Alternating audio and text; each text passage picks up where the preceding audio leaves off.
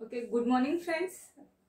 आज आपण जो काही मागच्या लेक्चरमध्ये ओहम्स लॉ या पॉइंट विषयी अभ्यास केला होता.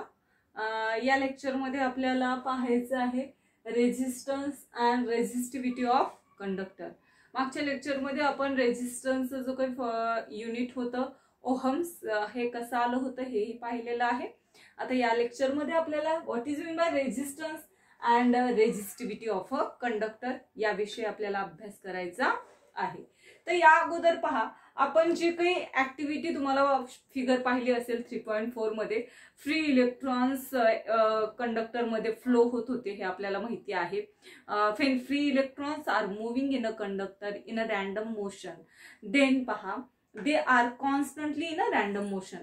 हे जे काही फ्री इलेक्ट्रॉन्स आहेत कशामध्ये, एका कंडक्टर मध्ये वाहकामध्ये फ्री इलेक्ट्रॉन्स जे आहेत हे कसे फ्लो होत होते रे, in random motion. Random motion म्हणजे काय, यादृच्छिकपणे कुठेही स्वतंत्रपणे कुठेही काय करत असतात, हे इलेक्ट्रॉन जे आहे हे मूव्ह करत असतात इन अ कंडक्टर. बट पहा, when potential difference is applied in between two ends. परंतु जेव्हा या कंडक्टरच्या टू एंड्स मध्ये काय निर्माण होतं रे, पोटेन्शियल डिफरन्स. काय निर्माण होतं, पोटेन्शियल डिफरन्स म्हणजे विभवांतर तयार होतं या दोन्ही टोकांमध्ये. तेव्हा पहा, दिस इलेक्ट्रॉन स्टार्ट मूव्हिंग. तेव्हा हे इलेक्ट्रॉन जे आहेत हे काय व्हायला सुरुवात होते रे, दिस इलेक्ट्रॉन्स आर स्टार्ट मूव्हिंग. हे इलेक्ट्रॉन जे आहेत हे मूव्ह म्हणजे व्हायला सुरुवात होतात. काय करायला सुरुवात होतात, वाहण्यासाठी सुरुवात होतात. आणि हे केव्हा होतं, when potential difference between created between two ends. कशामध्ये, जेव्हा दोन टोकांमध्ये विभवांतर तयार होतं तेव्हा पहा, these electrons start moving from one end to the other end or end at a lower potential to the higher potential. हे आपण पाहिलेलं होतं. and this directional of motion of electron cause the flow of current. आणि ही जी काही इलेक्ट्रॉनचा प्रवाह आहे यालाच आपण काय म्हणतो, फ्लो ऑफ इलेक्ट्रॉन म्हणजे विद्युत धारा किंवा काय कशाची विद्युत धारा निर्माण करणं असं म्हणत असतो. फेन पहा, these moving electrons are strike to the atoms. हे जे काही मूव्ह करणारे इलेक्ट्रॉन्स आहेत तर हे कशावरती स्ट्राईक झाले रे, एखादं काय असेल यामध्ये ऍटम्स असतील तर ऍटम्स वरती हे इलेक्ट्रॉन्स काय झाले, स्ट्राईक झाले म्हणजे आदळले. तर काय होतं पहा, which lie along their path and ions which lie along their path. म्हणजे या इलेक्ट्रॉनच्या मार्गामध्ये जर एखादे अणू किंवा आयन्स आले आणि त्यावरती जर इलेक्ट्रॉन हे काय झाले, स्ट्राईक झाले म्हणजे आदळले, तर या कोलिजनमुळे काय होतं, cause of hindrance to the flow of electrons. तर या इलेक्ट्रॉन फ्लो होण्यावरती म्हणजे जे इलेक्ट्रॉन वाहून नेल्या जात असतात तर त्यामध्ये काय होतं, हायड्रन्स म्हणजे अडथळा निर्माण होतो किंवा विरोध निर्माण होतो. पहा, आपण ज्या वेळेस काय करत असतो, सायकल चालवत असतो किंवा काय होतं, सायकलची रेस असेल तर सायकलची रेस असल्याच्या नंतर आपल्याला फास्ट चालवायची असते म्हणजे एक नंबर आणायचा असतो. परंतु असे जर पुढे काय असतील, सायकल चालवणारे असतील तर आपल्याला काय होतं, सायकल चालवण्यासाठी अडथळा निर्माण होतो आणि आपली आपोआपच गती काय होते, कमी होते की नाही. मग हा काय निर्माण होतो रे, अडथळा निर्माण होतो आणि आपली जी काही ही असते मोशन असते ही कशी होते, कमी होऊन जाते. ठीक आहे. किंवा तुम्ही काय करत असता, गाडी चालवत असता आणि जर तुमच्या पुढे काय असेल, एखादा मोठा ट्रक असेल, तुम्ही एकाच स्पीडने ती गाडी चालवू शकता का, नाही. का, कारण की तुम्ही काय करता, तुमची स्पीड हे कमी करता. का, कारण की तुमच्या पुढे एखादा ट्रक आलेला असतो आणि तुम्हाला त्यामुळे काय करावं लागतं, गती जी आहे ही कमी करावं लागते. म्हणजेच तुमच्या पुढे काय निर्माण होतो, हा एक अडथळा निर्माण झाल्याचं आपल्याला दिसून येतं. ओके. मग हा जे काही हायड्रन्स असतो, दिस हायड्रन्स is oppose the current.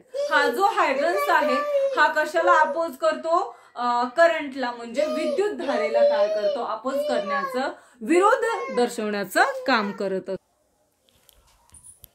Okay. पहा, आपण काय पाहिलं होतं, hindrance is called resistance of conductor, म्हणजे या विरोधालाच आपल्याला काय म्हणायचे, रेझिस्टन्स ऑफ कंडक्टर म्हणजे वाहकाचा रोध असं म्हटलं जातं. ओके, मग यावरून आपल्याला रेझिस्टन्सची डेफिनेशन सांगता येते. पहा, the property of a conductor due to which its oppose flow of current through it is called resistance. म्हणजे वाहकाचा जो गुणधर्म ज्यामध्ये काय करण्याला करंट, फ्लो ऑफ करंट म्हणजे विद्युत, ज्यामधून विद्युत धारा जात असते तर त्याला अपोज, विरोध करण्याची क्षमता असते, त्याला आपल्याला काय म्हणायचे, रेझिस्टन्स. या विरोधालाच आपल्याला काय म्हणायचे, रेझिस्टन्स म्हणजे रोध असं म्हटलं जातं. यावरून आपण रेझिस्टिव्हिटीची पण डेफिनेशन सांगू शकतो. पहा, काय सांगता येईल आपल्याला, रेझिस्टिव्हिटी म्हणजे रोधकता म्हणजे काय. The resistivity of a conductor is the resistance of a conductor of unit length and unit area of cross section. Resistivity of conductor म्हणजे वाहकाची रोधकता म्हणजे काय, तर पहा, the resistance of a conductor of unit length and unit cross section area म्हणजे वाहकाच्या रोधाचं एकक लांबी आणि एकक काटछेदी क्षेत्रफळ, याला आपल्याला काय म्हणायचे, रेझिस्टिव्हिटी असं म्हणतात. मग आता त्याची डेफिनेशन पुन्हा एकदा पहा काय आहे. The resistivity of a conductor is the resistance of a conductor of a unit length and unit area of cross section. या ठिकाणी युनिट लेंथ जी आहे ही कशाने डिनोटेड करतात, कॅपिटल एल ने डिनोट केली जाते.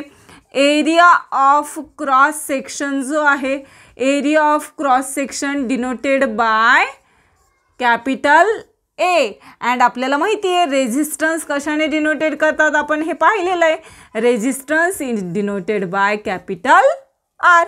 ओके, मग आता हे यावरून आपण पहा, जी काही रेझिस्टन्स जो आहे हा लेंथशी म्हणजे लांबीशी कसा असतो, ऑलवेज डायरेक्टली प्रोपोर्शनल. म्हणजे resistance is directly proportional to the length, but this resistance is inversely proportional to the cross area of cross section. हा कशाशी इन्व्हर्सली प्रोपोर्शनल आहे, क्रॉस एरिया ऑफ क्रॉस सेक्शनलची.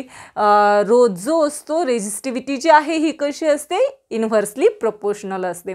मग यावरून आपण दोन्हीला एकत्रितपणे करून लिहू शकतो. पहा कसं लिहू शकतो, resistance is directly proportional to the length and inversely proportional to the area of cross section असं आपल्याला लिहिता येईल. ओके, आता आपण या अगोदर माहिती आहे की आपल्याला हे जे काही डायरेक्टली आणि इन्व्हर्सली प्रोपोर्शनलचं जे चिन्ह आहे, सिम्बॉल जो आहे हा काय करायचं आहे, काढून टाकायचं आहे. आणि जेव्हा हा सिम्बॉल काढून टाकतो तेव्हा त्याऐवजी आपल्याला काय घेणं आवश्यक आहे रे, कॉन्स्टंट ऑफ प्रोपोर्शनॅलिटी घ्यावा लागतो. मग आता या ठिकाणी आपल्याला तसंच करायचं आहे, कॉन्स्टंट ऑफ प्रोपोर्शनॅलिटी घ्यायचं आहे.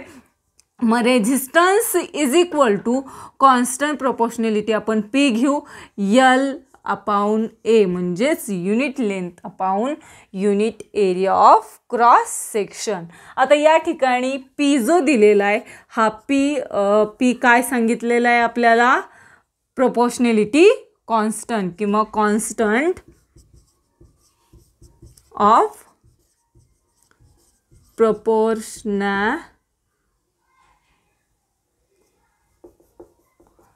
प्रोपोर्शनॅलिटी, बरोबर आहे, प्रोपोर्शनॅलिटी. ठीक आहे, कॉन्स्टंट ऑफ प्रोपोर्शनॅलिटी हे आपण काय केलं, P is equal to constant of proportionality काढलं. तर पहा, आणि यालाच आपल्याला काय म्हणायचं, it's a resistivity of material, of the material म्हणजे याच वाहक पदार्थाची रोधकता असं म्हटलं जातं. मग याचं रेझिस्टिव्हिटीचं जे युनिट आहे हे रेझिस्टिव्हिटीचं युनिट काय येईल बरं आपल्याला, R is equal to L upon A. याचं आपल्याला काय येईल, रेझिस्टिव्हिटीचं युनिट जे आहे हे यल आपण कशामध्ये हे करतो रे, मेजर करतो, यल ओहम मीटर. रेझिस्टिव्हिटी जे आहे याचं युनिट काय आहे, ओहम मीटर आहे. काय आहे रेझिस्टिव्हिटीचं युनिट, ओहम मीटर. लक्षात ठेवायचं आहे, unit of resistivity is ohm metre. Okay, then पहा, मग आता resistivity is specific property of material and different material have a different resistivity. पहा, रेझिस्टिव्हिटी जी असते ही स्पेसिफिक प्रॉपर्टी, ही एक विशिष्ट गुणधर्म आहे वेगवेगळ्या पदार्थाचा. त्यामुळे वेगवेगळ्या पदार्थाची रेझिस्टिव्हिटी ही कशी असते रे, डिफरंट असते, म्हणजे वेगवेगळे असते. तर याची रेझिस्टिव्हिटी आपल्याला वेगवेगळ्या यांची रेझिस्टिव्हिटी हे लक्षात ठेवायचे. पहा, युनिट ऑफ रेझिस्टिव्हिटी आहे हे, युनिट ऑफ रेझिस्टिव्हिटी काय आहे, ओहम मीटर. याचं सिम्बॉल आहे, असं लिहायचं, असं पण लिहू शकतो आपण ओहम मीटर, किंवा सिम्बॉलद्वारे सुद्धा आपल्याला लिहिता येतं. ओके, काहींचे आपल्याला काय केलेले तर काही रेझिस्टिव्हिटी सांगितलेल्या आहेत मटेरियलच्या. कॉपरची दिलेली आहे पहा आपल्याला, कॉपरची रेझिस्टिव्हिटी आहे 1.7.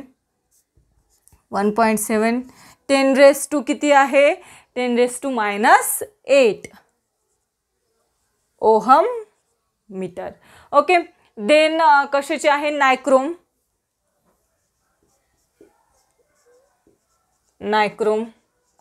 नायक्रोमची आहे पहा 1.1 × 10⁻⁻⁶ ओहम मीटर. आणि आणखी आपल्याला कशाची दिलेली आहे पहा,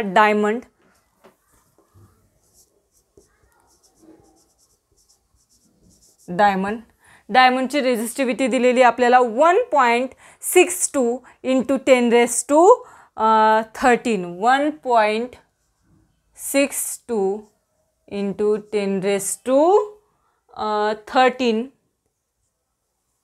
2, म्हणजे तिथून कुठपर्यंत आहे, 1.62 × 10⁻18 ओहम मीटर. कुठपर्यंत आहे, 10⁻18 ओहम मीटरपर्यंत. डायमंडची आपल्याला काय सांगता येते, ही resistivity and its resistivity of some materials. एवढं लक्षात आलं असेल. पहा, यावरती आधारित तुम्हाला जे काही ओहम मीटर, थिंक अबाउट इटमध्ये, how will to prove that the unit of resistivity is ohm metre.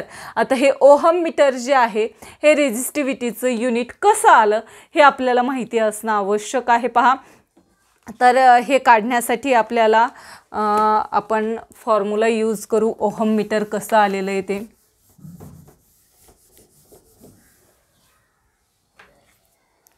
पहा, या ठिकाणी आपल्याकडे काय फॉर्म्युला होता, R = P/L/A. ठीक आहे, हा फॉर्म्युला होता. आता या ठिकाणी आपल्याला काय काढायचं आहे, रेझिस्टिव्हिटीचं युनिट काढायचं आहे. रेझिस्टिव्हिटीचं युनिट काढण्यासाठी आपण P जे आहेत, ठीक आहे, R इकडे कसे येत रे, मल्टिप्लाय आहेत, इकडे गेल्यावरती काय होतील, कशावरती जातील, इकडे मल्टिप्लायला आहेत, इकडे आल्यावर डिव्हाइडला जातील. आणि हे कसे तर इकडे मल्टिप्लायला आहेत, इकडे आल्यावर काय होतील, याचं डिव्हायडेशन होऊन जाईल. म्हणजे या ठिकाणी पहा काय होईल, मीटर स्क्वेअर जे आहे, मीटर स्क्वेअर आपल्याला कशामुळे घ्यायचं आहे, because area of cross section जो आहे हा आपण कशामध्ये मेजर करतो, मीटरमध्ये यूज करत असतो. त्यामुळे युनिट ऑफ एरिया जे आहे हे आपल्याला कशामध्ये घ्यायचं आहे, मीटर स्क्वेअरमध्ये घ्यायचं आहे.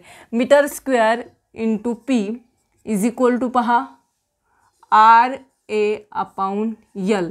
हा फॉर्म्युला तुमच्या लक्षात ठेवायचा आहे. काय, metre square P = resistance × A म्हणजे area, unit area of cross section upon L. Then पहा, आता यामध्ये आपल्याला काय करायचं आहे, SI युनिट जे आहे रेझिस्टिव्हिटीचं हे आपल्याला घ्यायचं आहे. तर SI युनिट ऑफ रेझिस्टिव्हिटी घेत असताना, SI युनिट ऑफ रेझिस्टिव्हिटी पहा या ठिकाणी ohm metre square upon metre. कशाचं आहे, ओहम जे आहे हे कशाचं आहे, रेझिस्टन्सचं आहे. त्यानंतर एरिया ऑफ क्रॉस सेक्शनचं युनिट काय मीटर स्क्वेअर आणि लेंथ जी आहे ही कशामध्ये मेजर केली जाते मीटरमध्ये मेजर केली जाते. हे फक्त हे जरी नाही लक्षात ठेवलं तरी फक्त काय P=RA/L. ए जे आहे इकडे आल्यावर काय झालं रे मल्टिप्लायला गेलं आणि हे कसे आहे तिकडे वरती अंशस्थानी तिकडे आल्यावर काय होतील छेदस्थानी. ठीक आहे. मग आता रेझिस्टिव्हिटीचं युनिट काय ओहम. एरिया रेझिस्टन्सचं युनिट आहे ohm. Unit area of cross सेक्शनचं युनिट काय मीटर स्क्वेअर आणि लेंथ काय मीटर. मग आता हे जे काही मीटर स्क्वेअर आणि मीटर जे आहे ते काय झाले कॅन्सल झाले. राहिलं काय आपल्याकडे ओहम मीटर. मग आपलं युनिट ऑफ रेझिस्टन्स काय आलं ओहम मीटर आलं. युनिट ऑफ रेझिस्टिव्हिटी आलं लक्षात कशी आलेली आहे ती. R=P/L/A हे आपल्याला माहिती होतं. ए इकडे छेदस्थानी इकडे आल्यावर काय होईल इकडे मल्टिप्लायला जाईल आणि यल हे अंशस्थानी इकडे आल्यावर काय झाले छेदस्थानी म्हणजे आपल्याकडे काय आलं P/RA/L. रेझिस्टन्सचं काय आहे युनिट ओहम. एरियाचं काय युनिट आहे मीटर स्क्वेअर आणि लेंथचं काय आहे मीटर हे युनिट आहे. ठीक आहे. मग मीटर स्क्वेअर म्हणजे काय येतं बरं या ठिकाणी एम इंटू एम. मग यामधलं एक एम आणि हे एम कॅन्सल झालं राहिलं काय आपल्याकडे एकच एम. मग युनिट ऑफ रेझिस्टिव्हिटी काय आली आपली ओहम मीटर आलेली आहे. एवढं लक्षात आलं असेल पहा. तर आपण आज या ठिकाणीच थांबूत. काय पाहिलं आपण रेझिस्टन्स त्याचा फॉर्म्युला रेझिस्टिव्हिटी आणि त्याचं युनिट आपण एक्सप्लेन केलेलं आहे आणि कसं आलेलं आहे हे प्रूव्ह पण केलेलं आहे. त्यानंतर काही रेझिस्टिव्हिटी ऑफ मटेरियल आपण पाहिलेले आहेत काही पदार्थांच्या हेही आपण अभ्यासलेलं आहे. हे लक्षात ठेवायचे पहा. हे तुम्हाला प्रॉब्लेम्स वगैरे सोडवताना आवश्यक आहेत. यानंतरचा जो काही पॉईंट आहे तो आपण पुढच्या लेक्चरमध्ये शिकूत इलेक्ट्रिक सर्किटमध्ये. ठीक आहे. तोपर्यंत या ठिकाणीच आपण थांबू. धन्यवाद.